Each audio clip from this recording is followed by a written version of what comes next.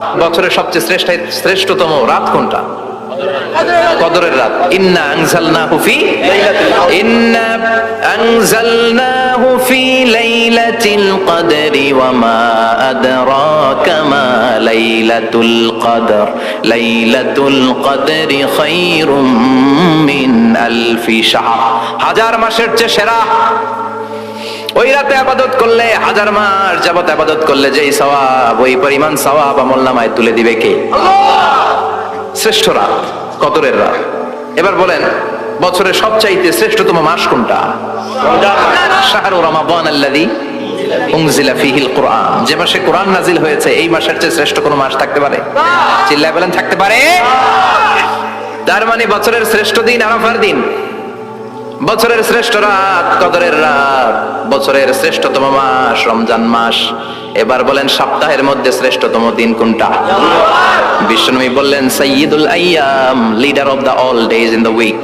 সপ্তাহের যতগুলো দিন আছে, 7টা দিনের সর্দার হচ্ছে ইয়াউমুল জুমা, জুমার দিন। চিল্লায় পড়েন আল্লাহু আকবার। তার মানে বছরের শ্রেষ্ঠ দিন আরাফার দিন, বছরের শ্রেষ্ঠ রাত কদরের রাত, শ্রেষ্ঠ মাস রমজান মাস, আর 7 দিনের মধ্যে শ্রেষ্ঠতম দিন হচ্ছে জুমার দিন। কোন দিন? এই দিনটা, এই জুমার দিনে আল্লাহ তাআলা সাইয়েদনা আদম আলাইহিস সালামকে তৈরি করেছে। বিশ্বনবী বলেন, লাম্মা খালাকাল্লাহু আদামা ওয়া কানা তুলুহু 60 যিরাআন। আল্লাহ তাআলা যখন আদম আলাইহিস সালামকে তৈরি করলেন, 60 হাত লম্বা করে তৈরি করলেন। সুবহানাল্লাহ। আর আমরাও যারা জান্নাতে ঢুকবো, আমাদের আকৃতি থাকবে 60 হাত লম্বা। সুবহানাল্লাহ। মজা করে সুবহানাল্লাহ পড়তে পারলেন না? আল্লাহ সাইয়েদনা আদমকে তৈরি করলেন এই জুমার দিনে। আবার সাইয়েদনা আদম আলাইহিস সালামকে পৃথিবীর বুকে তিনি পাঠিয়ে দিয়েছিলেন এই জুমার দিনে। সুবহানাল্লাহ। কুলনা হাবিতু মিনহা জামিআ, O Adam, go down with your wife. তোমার স্ত্রী হাওয়াকে নিয়ে পৃথিবীতে নামো। সাইয়েদনা আদম আলাইহিস সালামকে আল্লাহ তাআলা পাঠিয়েছিলেন শ্রীলঙ্কার একটা পাহাড়ে, অ্যাডামস পিক। ওখানে ঐতিহাসিকভাবে প্রমাণিত, এটা হাদিসে নেই, কুতুবুত তারিখে এসেছে। শ্রীলঙ্কায় একটা পাহাড় আছে, কলম্বো থেকে অনেক দূর। ওই পাহাড়ের চূড়ায় সাইয়েদনা আদম আলাইহিস সালামের ফুটপ্রিন্ট আছে। ফুটপ্রিন্ট মানে পায়ের ছাপ। সুবহানাল্লাহ পড়েন। সুবহানাল্লাহ। এটারে বলে ফিঙ্গারপ্রিন্ট। এটারে কি বলে? পায়ের গুলারে একজনের আঙ্গুলের ছাপের সাথে একজনের আঙ্গুলের ছাপের মিল নাই। শুধু তাই না, আমার এই আঙ্গুলের সাথে এই আঙ্গুলের ছাপের কোনো মিল নাই। আয়াহসাবুল ইনসানু আল্লান নাজমা ইযামা বালা কাদিরিনা আলা আন নুসাউইয়া বানানা। আল্লাহ বলেন, গোলাম, তুমি মনে করেছো তোমার হাড্ডি গুড্ডি পচে যাবে, তোমাকে আমি একত্রিত করে আবার বানাতে পারবো না? বানানো তো অনেক দূরের কথা, আমি তো তোমার আঙ্গুলের ছাপগুলো সংরক্ষণ করে রেখেছি। চিল্লায় পড়েন আল্লাহু আকবার। 1880 সালে স্যার ফ্রান্সিস গাল্টন নামে একজন বিজ্ঞানী, তিনি আবিষ্কার করেছেন যে আমাদের আঙ্গুলের ছাপগুলো আলাদা, ফিঙ্গারপ্রিন্ট আলাদা। এই 10টা আঙ্গুলের একটার সাথে আরেকটার কোনো মিল নাই। এই পৃথিবীতে যদি 600 কোটি মানুষ হয়, তাহলে 6000 কোটি আঙ্গুল, একটা আঙ্গুলের সাথে আরেকটা আঙ্গুলের ছাপের মিল আছে? যারা সিগনেচার দিতে পারে না, এরা কি দেয়? টিপসই দেয়। সুবহানাল্লাহ। কি ম্যাজিক আল্লাহ আঙ্গুলে রেখে দিয়েছে, একটা আঙ্গুলের ছাপের সাথে আরেকটা আঙ্গুলের ছাপের মিল নাই। এরপরে সাইয়েদনা আদমকে পাঠানো হলো শ্রীলঙ্কায়, সাইয়্যিদাতুনা হাওয়া আলাইহিস সালামকে পাঠিয়ে দেয়া হলো সৌদি আরবের জেদ্দা শহরে। আরবিতে জেদ্দা বা জাদ্দা মানে দাদি। জেদ্দাতুন বা জাদ্দাতুন মানে কি? দাদি। হাওয়া আলাইহিস সালাম আমাদের সবার দাদি, ঠিক কিনা? ওনার নামে এই শহরের নাম। বছরের পর বছর সাইয়েদনা আদম আলাইহিস সালাম এবং হাওয়া আলাইহিস সালাম আল্লাহর কাছে ক্ষমা চাইলেন, আল্লাহ, ভুল করে নিষিদ্ধ গাছের ফল খেয়েছি, তুমি মাফ করে দাও। আল্লাহ বললেন, আদম, কয়েকটা কালিমা শিখিয়ে দেব, এই কালিমাগুলোর পরে আমার কাছে দোয়া করো, আমি কবুল করে নিব। আল্লাহু আকবার। আল্লাহ শিখিয়ে দিলেন আর বললেন, আদম পড়ো, রব্বানা যালামনা আনফুসানা ওয়া ইল্লাম তাগফির লানা ওয়া তারহামনা লানাকুনান্না মিনাল খাসিরিন। ও আল্লাহ, জুলুম করেছি নাফসের উপর, ভুল করেছি, অন্যায় করেছি, আপনি যদি ক্ষমা না করে দেন, আমরা শেষ হয়ে যাব, আমরা হালাক হয়ে যাব, ক্ষতিগ্রস্তদের মধ্যে শামিল হয়ে যাব, ঠিক কিনা? আল্লাহ সাইয়েদনা আদম আলাইহিস সালামের তওবা কবুল করলেন। ওনার কাজ হচ্ছে তওবা কবুল করা। আমাদের কাজ গুনাহ করা, শয়তানের কাজ ওয়াসওয়াসা দেওয়া, আল্লাহর কাজ খালি মাফ করা। সুবহানাল্লাহ পড়বেন না? তাকাব্বালাল্লাহু তাওবাতা আদম ফি ইয়াউমিল জুমআহ। আল্লাহ যেদিন আদম আলাইহিস সালামের তাওবা যে কবুল করছেন, ঘোষণা দিয়েছেন, এই ঘোষণাটা ছিল জুমার দিনের ঘোষণা। আবার সাইয়েদনা আদমকে যেদিন রূহ কবজ করে আবার নিয়ে যাওয়া হয়, ওই দিনটাও ছিল জুমার দিন। পড়েন সুবহানাল্লাহ। পৃথিবীতে একজন মানুষই শুধু জানতেন যে তিনি পৃথিবীতে কতদিন বাঁচবেন, সেটা হচ্ছে সাইয়েদনা আদম আলাইহিস সালাম। ওনাকে বলে দেওয়া হয়েছিল উমরুকা আলফু সানা, তুমি পৃথিবীতে বাঁচবে 1000 বছর। কয় বছর? সাইয়েদনা আদমের সামনে অনেকগুলো রূহ রাখা হলো। সাইয়েদনা আদম বললেন, এরা কারা? আল্লাহ বললেন, এরা হচ্ছে নাসালুক, তোমার বংশধর, পৃথিবীতে তোমার পরে এরা পৃথিবীতে আসবে। সাইয়েদনা আদম বললেন, আল্লাহ ওই যে একটা রূহ দেখা যায়, এটার নাম কি? আল্লাহ বললেন, হাদা ইবনুকা দাউদ, এটা তোমার ছেলে দাউদ, সে দুনিয়াতে নবী হয়ে আসবে, তার ছেলে সুলাইমানও নবী হয়ে আসবে। সাইয়েদনা আদম বললেন, মাবুদ, আমার ছেলে দাউদের কত বছর হায়াত আপনি দিয়েছেন? আল্লাহ বললেন, 40 সানা, মাত্র 40 বছর, 4 ইয়ার্স। 40 বছর তোমার ছেলেটা বাঁচবে। ও আল্লাহ, আমি বাঁচবো কয় বছর? তুমি বাঁচবে 1000 বছর। সুবহানাল্লাহ। সাইয়েদনা আদম বললেন, মাবুদ, এত ফুটফুটে সুন্দর আমার ছেলে দাউদ, মাত্র 40 বছর দিলেন কেন? জিদ মিন উমরিহি, বাড়ায়া দেন। কি করেন? সুপারিশ করতেছে পোলার লাইগা কে? বাবা। আল্লাহ আপনি বাড়ায়া দেন, আল্লাহকে বাড়ানো যাবে না। লেখা হয়ে গেছে, রুফিআতিল আকলাম ওয়া জাফফাতিস সুহুফ, কলম তুলে নেওয়া হয়েছে আর কালি শুকায় গেছে, আর কিছু করা যাবে? সাইয়েদনা আদম বললেন, মাবুদ, আমার 1000 বছর কেন দিলেন? আমার এই সুন্দর ফুটফুটে ছেলেটারে মাত্র শুধুমাত্র 40 বছর কেন দিলেন? ও মাবুদ, আমার 1000 বছরের দরকার নাই, আমার 1000 বছর থেকে 60 বছর আমি আমার ছেলেরে দিয়ে দিলাম। দাউদ আলাইহিস সালাম বাঁচবে 40 বছর, তো বাপ আদম যদি আরো 60 দেয়, 40 আর 60 মিলে কত হয়? ভালো হিসাব বুঝে না, 100। আর আদম আলাইহিস সালাম পেয়েছিলেন 1000 বছর, 60 কমে গেলে রইল কত? 940 বছর পৃথিবীতে থাকার পরে মালাকুল মাউত চলে এসেছে। কারণ এটা on time, the death will come on time, it never late, কখনো দেরি হয় না। আল্লাহ বললেন, লিকুল্লি উম্মাতিন আজালুম ফাইযা জাআ আজালুহুম লা ইস্তাখিরুনা সাআতাও ওয়া লা ইস্তাকদিমুন। মৃত্যুর একটা নির্ধারিত সময় আমি বেঁধে দিয়েছি, অন টাইম। অন টাইমেই চলে আসে, 1 সেকেন্ড আগেও আসবে না, 1 সেকেন্ড পরেও আসবে না। 940 বছর বয়সে মালাকুল মাউত এসে হাজির, এসে বলল, জিতু আন আকবাদা রূহাক, রূহ কবজ করতে আসছি। আদম আলাইহিস সালাম বললেন, রূহ কবজ করতে আসছো মানে? আমি বাঁচবো তো 1000 বছর। কয় বছর? মালাকুল মাউত বললেন, না না, ওই যে আগের কথা স্মরণ করেন, আপনি 60 বছর দিয়া দিয়েছিলেন। কয় না, আমি দেই নাই, আমি আরো বাঁচুম, আরো 60 বছর পাওনা আছি, আমি দেই নাই। মালাকুল মাউত বললেন, আপনি দিয়েছেন? আদম বলে, দেই নাই। মালাকুল মাউত বলে, আল্লাহ ঘটনা দেখেন, দিয়া কয় দেই নাই। আল্লাহ কয়, থাক, কথা কইস না, আয়া বস। সুবহানাল্লাহ পড়েন। নাসিয়া আদম ফানাসিয়া বানু, ভুলে গেছেন উনি। আমরা ভুলে যাই, আমরা খেয়ে বলছি খাই নাই, নিছিলাম পকেটে, কয় নেই নাই। এরকম ডাকাইত আছে না নাই? নাসিয়া আদম ফানাসিয়া বানু, বিশ্বনবী বললেন, আদম ভুলেছে তো তার সন্তানরাও ভুলে যায়। জাহাদা আদম ফাজাহাদা যুররিয়াতু, আদম অস্বীকার করেছে, তার সন্তানরাও অস্বীকার করে। সেদিন থেকে আল কিতাব ওয়া শুহুদ, মানে লিখে রাখার সিস্টেম আর সাক্ষীর সিস্টেম চালু হয়েছে। সুবহানাল্লাহ পড়েন।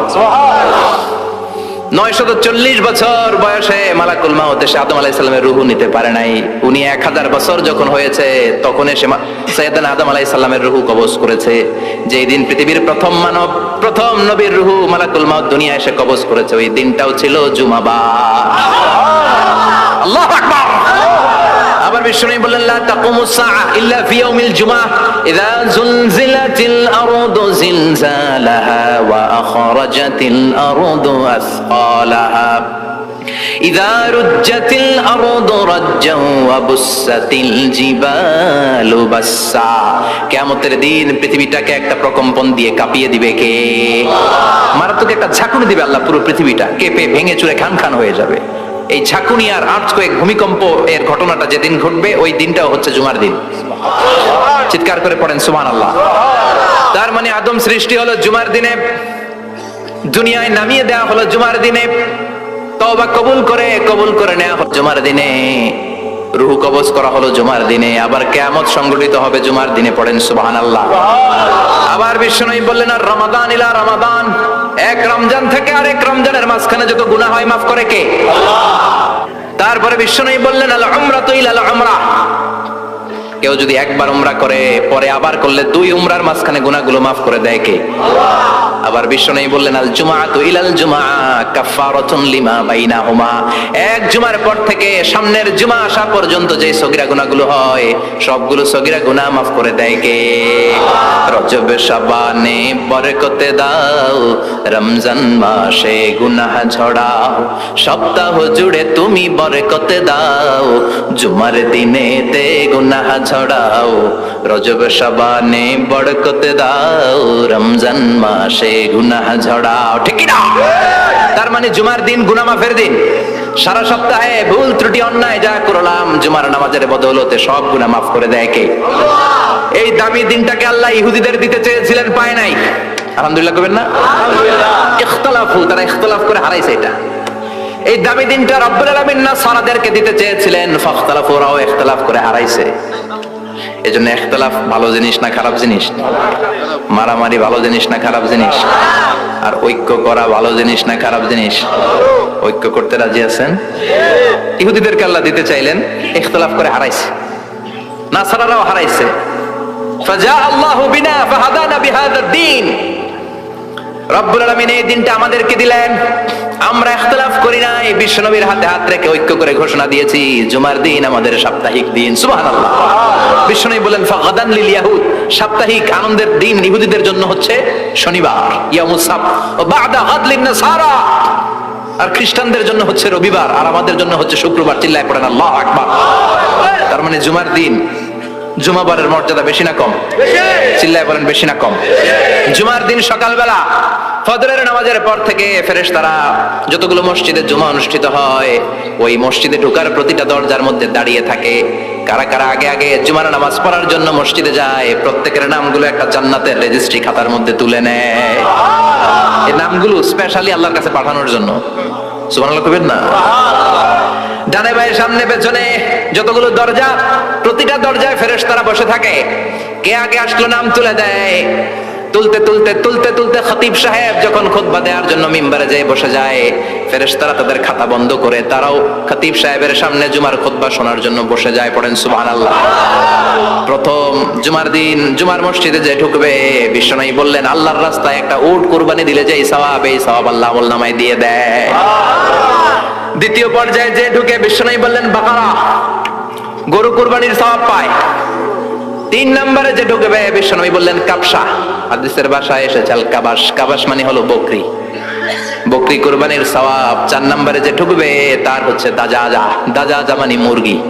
5 নম্বরে যে ঢুকবে বিশ্বনবী বললেন বাইদা, নোয়াখালীরা কয় বয়দা, আমরা কই আন্ডা, কুমিল্লায় কই ডিম। আছে না নাই? এক দেশের কত ভাষা, এক দেশের গালি আরেক দেশের বলি। আমরা বলি ছেলে, কুষ্টিয়া বলে পুত্র, আরেক জায়গায় গেলে বলে হুত, আরেক জায়গায় গেলে বলে ফোয়া। আছে না নাই? এক এলাকায় বলে বেটা ছেলে, ছেলেদেরকে বেটা ছেলে, মরদ ফোয়া, মরদ ফোয়া হচ্ছে না, মরদ ফোয়া হচ্ছে। আহা, কি ভাষার বৈশিষ্ট্য।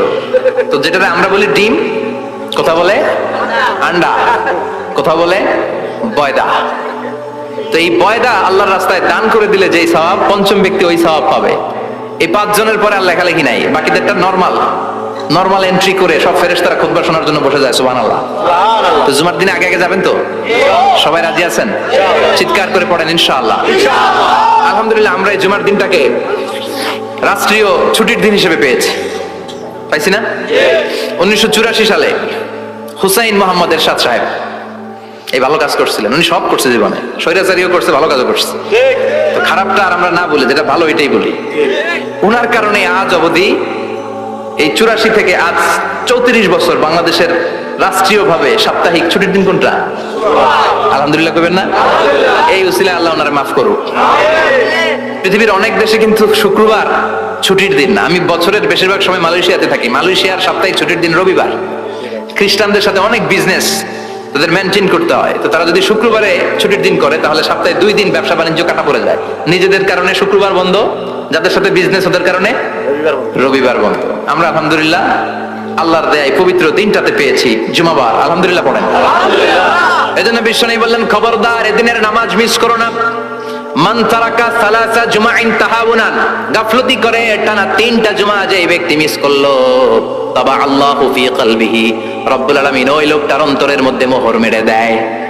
ওয়া কুতিবা ফি জুমরাতিল মুনাফিকিন, মুনাফিকদের খাতায় তার নাম তুলে দেয়।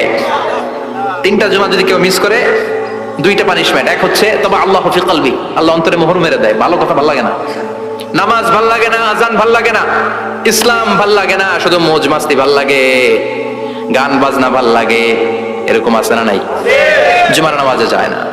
আরেকটা হলো কুতিবা মিনাল মুনাফিকিন, মুনাফিকদের খাতায় নাম তুলে দেয়। আল্লাহ হেফাজত করো।